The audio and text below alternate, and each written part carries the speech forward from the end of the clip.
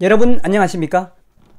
이번 시간에는 긴급보고 북핵단지 영변이 심상치 않다라는 주제로 말씀을 드리고자 합니다. 긴급보고 북한의 핵단지 영변이 심상치 않다. 여러분들도 잘 아시다시피 영변 하면은 북한 최대 규모의 핵 연구단지입니다. 북한은 그동안 이 영변 핵 우리 연구단지에서는 핵 생산을 하지 않으며 플루토늄을 생산하지 않는다라고 밝혔으며, 나아가서 북한은 2008년도 그 핵을 추출하는 소속로까지 폭파했던 쇼를 보여준 적이 있습니다.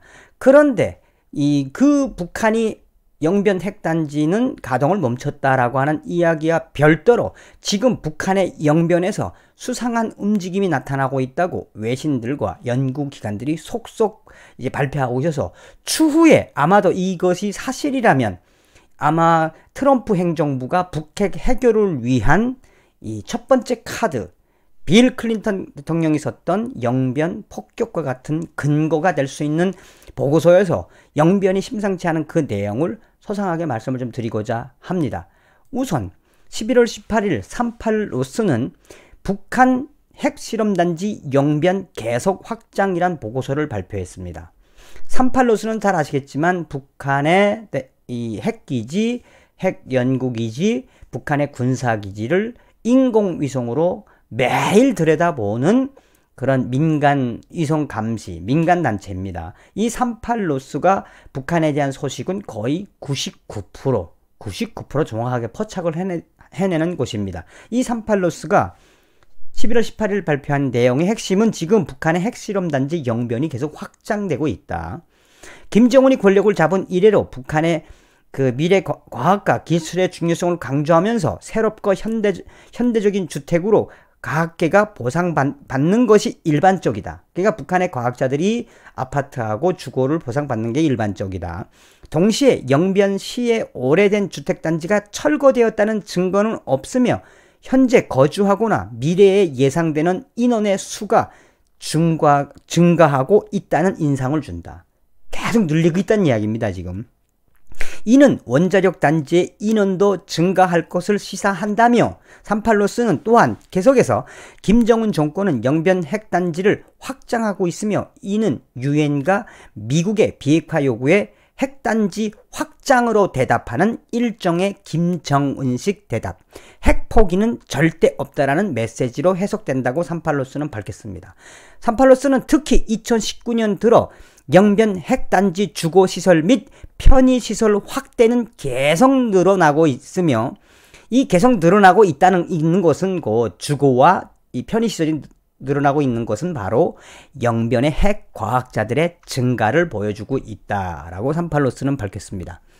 계속해서 미국의 이 싱크탱크이며 전략국제문제연구소인 미국 CSIS는 북한 영변의 방사능 물질 운반 차량들의 왕래가 시작되었다라는 보고서를 발표했습니다. 영변의 업데이트 11월 방사성 물질의 움직임이라는 제목으로 이 보고서를 발표했는데, 2019년 11월 핵심 키워드는 뭐냐? 2019년 11월 영변의 최근 위성 이미지는 과거 방사성 물질 운반과 관련된 4개의 특수 철도 차량, 방사성 물질 운반 궤도 특수 차량이 움직이고 있음을 보여준다며, 이러한 방사성 물질 운반 궤도 특수 차량을 마지막으로 관찰된 시기는 2019년 4월이었으며 조사된 방사성 물질이 액체 또는 고체 폐기물인지 확실치는 않다. 다만 방사성 물질을 이동할 때 사용되는 차량인 것은 확실하다. 미북 비핵화 회담에 대한 북한의 정치적 행동인지는 신중해야 하나 분명한 건 11월 들어 영변의 방사성 물질 이동 차량들이 움직이고 있다는 사실이다.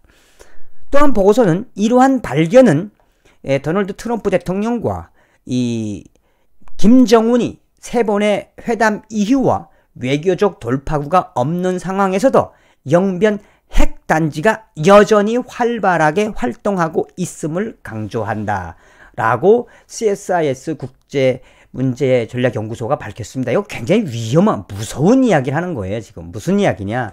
지금 영변의 핵단지가 계속 가동되고 있다. 그래서 그 핵 폐기물에 관련된 또 혹은 뭐 플루토늄 같은, 그러니까 핵 폐기물이라고 보는 게 정확하죠. 방사성 물질이니까 이 물질에 대한 운반이 11월 달 들어서 굉장히 많아지고 있다라고 밝힌 겁니다.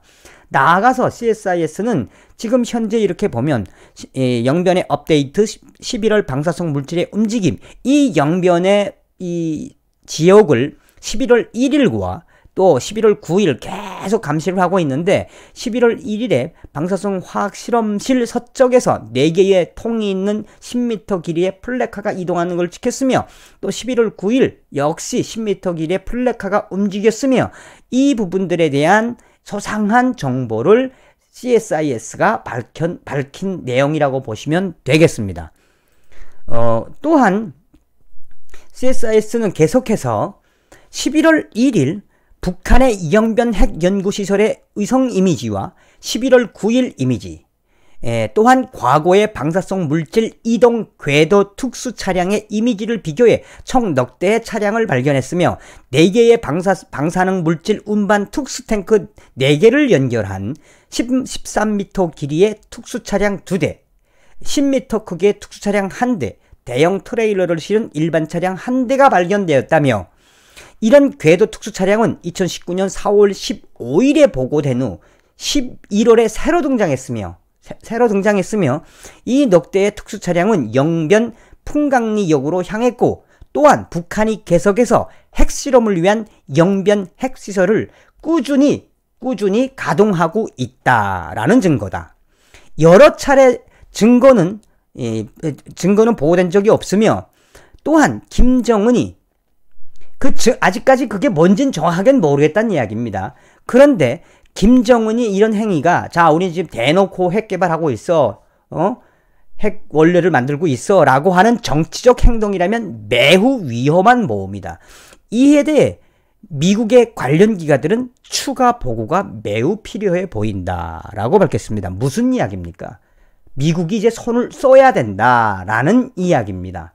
자, 이야기를 정리해 드리자면 11월 18일 38로스가 지금 북한 영변 핵단지에서 주거와 상업시설이 늘어나고 있는 것은 곧 북한의 핵과학자들이 늘어나고 있는 증거이며 또 11월 17일 날 발표한 미국 국제전략연구소 CSIS가 밝힌 것은 지금 영변에서 11월 1일부터 9일까지 관찰한 결과 핵 방사능 폐기물일 수도 있고 핵 원료일 수도 있는 그거를 실은 차량들, 특수 차량들, 궤도가 달린 특수 차량들이 계속 이동하고 있으며 그 이동은 올해 4월달 없어진 이후에 10월달 들어서 대대적으로 발견된 특징이다 라고 CSIS는 강조했습니다. 그러니까 무슨 이야기냐 여러분, 한마디로 이야기하면 굉장히 위험한 이야기를 한 거예요. 지금 북한의 영변 핵단지가 다시 가동되고 있다. 이게 김정은이의 정치적인 행동, 야, 나 핵 개발, 핵 포기 안 해, 이런 행동이라면 트럼프 행정부가 움직일 수 있는 군사적 옵션을 선택할 수 있는